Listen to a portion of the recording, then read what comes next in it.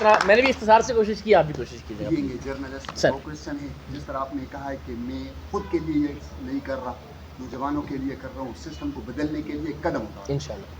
تو جب قیادت نہیں ہوگی, جب رہبر نہیں ہوگا, تو پھر وہ قوم نہیں بلکہ ہجوم ہے. جی ایسا ہی ہے. تو اس سلسلے میں ہماری رہنمائی کریں سب پارٹیسپیشن کی. اور دوسری بات جو ہماری پشتوں کی کہاوت ہے کہ نظام کو بدلنا جو ہے گھر سے ڈگرا ہے, پہاڑ سے ٹکرانے کی بات ہے. ہاں تو سسٹم کو کیسے چینج کریں گے, کیونکہ یہ جو ہے سب کے سب بیٹھے ہوئے, یہ مڈل کلاس سے نہیں بلکہ خط غربت کی زندگی گزرنے والے. جی تو کس طرح یہ سسٹم کے ساتھ. دیکھیے دوسرے سوال کا میں پہلے جواب دے دیتا ہوں. سسٹم سے عام طور پر ہماری مراد یہ ہوتی ہے کہ دو طرح کے لوگ ہوں گے. ایک تو یہ جو ہمارے 2-3 اوپر قائدین ہیں اور ان کے نیچے 200-300 جو خاندان ہیں نیچے کے نا, وہی مخدوم, وہی چودھری, وہی بڈیرے, وہی ٹیوانے, وہی جتوئی, وہی کھوسے, وہی لغاری, ٹھیک ہے نا, یہی لوگ ہیں نا. ہر حلقے میں یہی 2-3 طرح کے لوگ ہیں. یہاں پہ آپ کی اپنی کاسٹ وغیرہ ہوں گی کہ وہی یا وہ جیتتا ہے یا یہ جیتتا ہے. تو یہ 400-500 لوگوں نے اور اوپر 2-3 لوگوں نے پورے سیاسی کلچر اور نظام کو ہائی جیک کیا. تو ان سے مخالفت کا سامنا تو کرنا پڑے گا. ہر حلقے میں ان کے وہ لوگ ہیں جنہوں نے تحصیلداروں کے کام لیے ہوئے ہیں, تھانے کچہریوں کے کام لیے ہوئے ہیں, جن کی نوکریاں ان کی وجہ سے ہیں. تو یہ وہ والی مخالفت بھی ہوگی. اور سسٹم سے مراد اسٹیبلشمنٹ بھی ہے کہ ہمارے ہاں وہ بن گیا کہ یار وہ اسٹیبلشمنٹ تو کیسے نوجوانوں کو آگے آنے دے گی. تو بھائی یہ مایوسی نا یہ ریسنٹلی 2022 کے بعد ذرا زیادہ پھیل گئی ہے. یہی ملک تھا 2022 سے پہلے, یہی اسٹیبلشمنٹ تھی 2022 سے پہلے, یہی نظام تھا. اسی نظام نے عمران خان صاحب کو وزیر اعظم بھی بنا دیا. اب وہ کہتے ہیں اس نظام میں نوجوان کچھ کر ہی نہیں سکتے. تو پلیز خدا کے واسطے دوسروں کی کرسی کی جنگ لڑنے کی بجائے اپنی لیے کوشش کیجیے. دوسروں کے لیے جیوے آوے کے نعرے لگانے سے بہتر ہے اپنے لیے نعرے لگائیں. ان کے لیے ٹویٹیں کرنے سے بہتر ہے اپنے لیے 4 ٹویٹس کر کے اپنے حق کی بات کریں. ان کی گاڑیوں کے پیچھے بھاگنے سے بہتر ہے کہ یار اپنا کچھ خیال کریں اور اپنا کچھ سوچنا شروع کریں. ان کے دروازے کھولنے سے بہتر ہے اپنی آئندہ نسلوں کے حوالے سے سوچیں. تو یہ مایوسی کی بات نہیں ہے. یہ نہیں ہے کہ آج ہم سوچیں گے اور کل صبح اٹھ کے انقلاب آ جائے گا. ظاہر ہے تھوڑی سی جدوجہد, تھوڑی سی اسٹرگل, تھوڑی سی ایفرٹ, تھوڑی سی کوآرڈینیشن آپ لوگوں کو کرنا پڑے گی. دوسرا سوال آپ کا جو تھا وہ کہ ہمارے جب قیادت نہیں ہوگی. ہاں قیادت, دیکھیے یہی بدقسمتی ہے کہ وہ یہ جو ہمارا قیادت سے مراد یہ نہیں, میں موجود ہوں نا, میں بڑے بھائی کے طور پر میں ظاہر آپ کو اکٹھا کر رہا ہوں, یہ اپنے طور پر قیادت کا فریضہ ہی ہے. لیکن شخصیت کے گرد قیادت میں اس میں ہمیں فرق کرنے کی ضرورت ہے. اور آپ میں سے ہی قیادت آگے آتی رہے گی. میں مثال دیتا ہوں. شخصیت سے مراد ہے قیادت. قائد اعظم کی قیادت تھی, ایک ہی شخص تھے, ٹھیک ہے. ظاہر ہے ہم میں سے کون ان کی ذات سے, ان کے خلوص سے, ان کی محنت سے اختلاف کر سکتا ہے. لیکن چونکہ ایک شخص تھا اور ان کے ارد گرد ہم نے ساری امیدیں, ساری توقعات سب ان سے وابستہ کر لیں, اور جب وہ نہیں رہے تو سارے کا سارا سسٹم دھڑام سے نیچے گر گیا.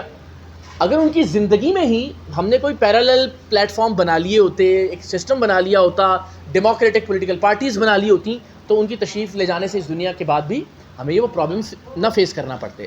تو قیادت کا موجود ہونا, قیادت کا بار بار تبدیل ہونا ہمارے دماغوں میں ہے شاید کہ ہم قیادت کے بغیر نہیں چل سکتے. میں آپ سے عرض کر رہا ہوں, آپ دنیا کے کسی پولیٹیکل سسٹم کو اٹھا کے دیکھ لیجئے, وہاں عام طور پر آپ کو قیادت کے بغیر سسٹم چلتے ہوئے دکھائی دیتے ہیں.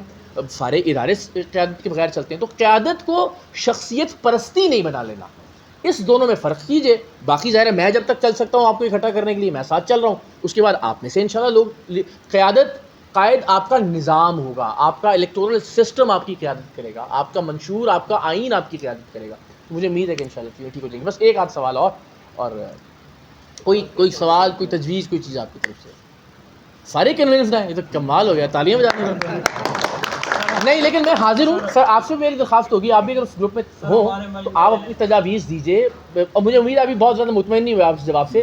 ہاں چلو بات جی وہی عرض کر رہا ہوں میں. ہم اپنی لوکیلٹی کی بات کرتے ہیں, اس لوکیشن کی بات کرتی ہے جہانگیرہ تنسیح کی. یہاں پر جو ہے ملکس جتنی فیملیز ہیں, چاہے وہ چھوٹے ہوں بڑے ہوں, اس کے علاوہ مذہبی جو جماعت ہیں ان کی اپنی باقی پی ٹی آئی سے تو انکار ممکن نہیں ہے, کیونکہ نوجوان نسل تقریباً 60% جو ہیں ان کے فالوورز. تو اس سسٹم کو چینج کرنے کے لیے انقلابی منشور, بیسکلی منشور جو ہے وہ تو بہت ضروری ہے کہ اس میں سب چیزیں شامل ہوں. اس میں مذہب کا بھی دخل ہو, روشن خیالی کا بھی دخل ہو, اور آگے کا راستہ بھی صاف دکھائی دیتا ہے. تو انشاءاللہ میں امید کرتا ہوں. جی ویسے اس میں مختصراً میں عرض کر دیتا ہوں, اس میں کوئی شک نہیں ہے. ظاہر ہے یہ جو آلریڈی بنے ہوئے, میں یہ عرض کر رہا ہوں کہ یہ نظریہ اٹ سیلف اتنا پاورفل ہے کہ پی ٹی آئی کے کسی دوست سے بات کریں, یعنی آپ اس کو کہیں کہ پی ٹی آئی مت چھوڑو, مگر یہ سوچو کہ عمران خان صاحب کے دور کے بعد کیا کرو گے. وہ 2 سال ہے, وہ 4 سال ہے, وہ 5 سال ہے, وہ اللہ زندگی دے ان کو. وہ ریٹائرمنٹ لے لیتے ہیں، اس کے بعد کیا کرو گے؟ تو ہر ایک کو ایک اس وقت اچھا متبادل آلٹرنیٹ آپشن چاہیے. یہ نوجوان بھی آج نہیں کل الٹیمیٹلی اسی طرف آئیں گے، اس لیے کہ یہ ان کی بات کی جا رہی ہے. تو یہ میں آپ سے عرض کرتا ہوں کہ مقامی سطحوں پر برادری سسٹم ہے یا جو بھی طاقت کا ماخذ ہیں، جب پورے پاکستان میں ایک ویو چل جائے گی اور ایک لہر ہوگی، میری یہ خوش گمانی ہے کہ اس میں یہ سارے نوجوان امپاورڈ ہوں گے. وہ جو جس طرح قائد کا نظریہ تھا اور وہ ایک دم سے ٹرکل ڈاؤن کیا، مجھے لگتا ہے یہ بالکل ایک نیا خیال ہے، ایک جمہوری خیال ہے. یہ اگر نوجوان اسے ایکسیپٹ کر لیں گے تو یہ اٹ سیلف اتنی بڑی طاقت بن جائیں گے کہ کسی علاقے کی کسی چھوٹی موٹی برادری تو اس کے سامنے انشاءاللہ اللہ نے چاہا تو کھڑی نہیں ہوگی. تو اللہ نے چاہا، ہم اچھی امید رکھتے ہیں.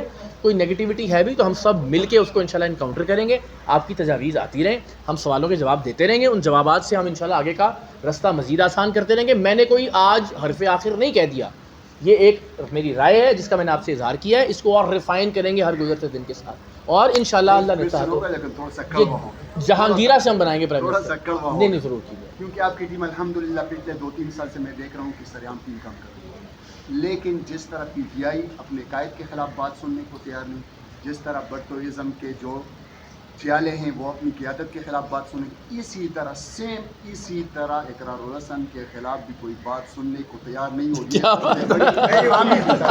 یہ خامی نہیں ہوگی.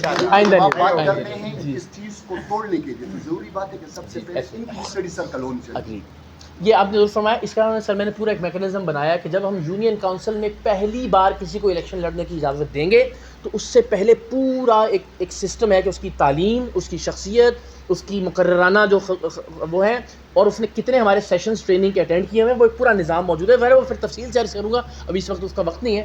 وہ اس کے ذریعے یہ لوگ انشاءاللہ ہم آہستہ آہستہ اوپر لے کر آئیں گے. یہ سچی بات ہے. لیکن یہ لوگ گواہ ہیں کہ میں نے کبھی ان سے نہیں کہا، بلکہ نہیں کہا کیا، میں نے ان کو روکا ہمیشہ کہ اقرار الحسن زندہ باد کا نعرہ آج تک ٹیم سر عام میں نہیں میں نے لگنے دیا. ٹھیک ہے، اور آئندہ بھی نہیں ہوگا انشاءاللہ.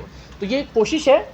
کلچر وہ بن گیا ہے نا کہ بس میرا ہی لیڈر ٹھیک ہے، اس کو تبدیل کریں گے ہم انشاءاللہ اللہ تعالیٰ نے چاہا. تو میں نے اسی لیے کہا کہ میری رائے ہے، اور میں انشاءاللہ آپ کی طرف سے ہر کرٹیسزم، ہر سوال اس کو سننے کے لیے انشاءاللہ سارے مڈل کلاس کے جتنے بھی لوگ ہیں نا، اس کی ایک جماعت ہونی چاہیے، بن گئی انشاءاللہ پوری جماعت ہونی چاہیے کہ ہر علاقے سے ایک غریب سے غریب تر یہ ایم این اے اور ایم پی اے بنے. یہ وقت آپ سارے لوگ یاد رکھیے گا کہ اس طرح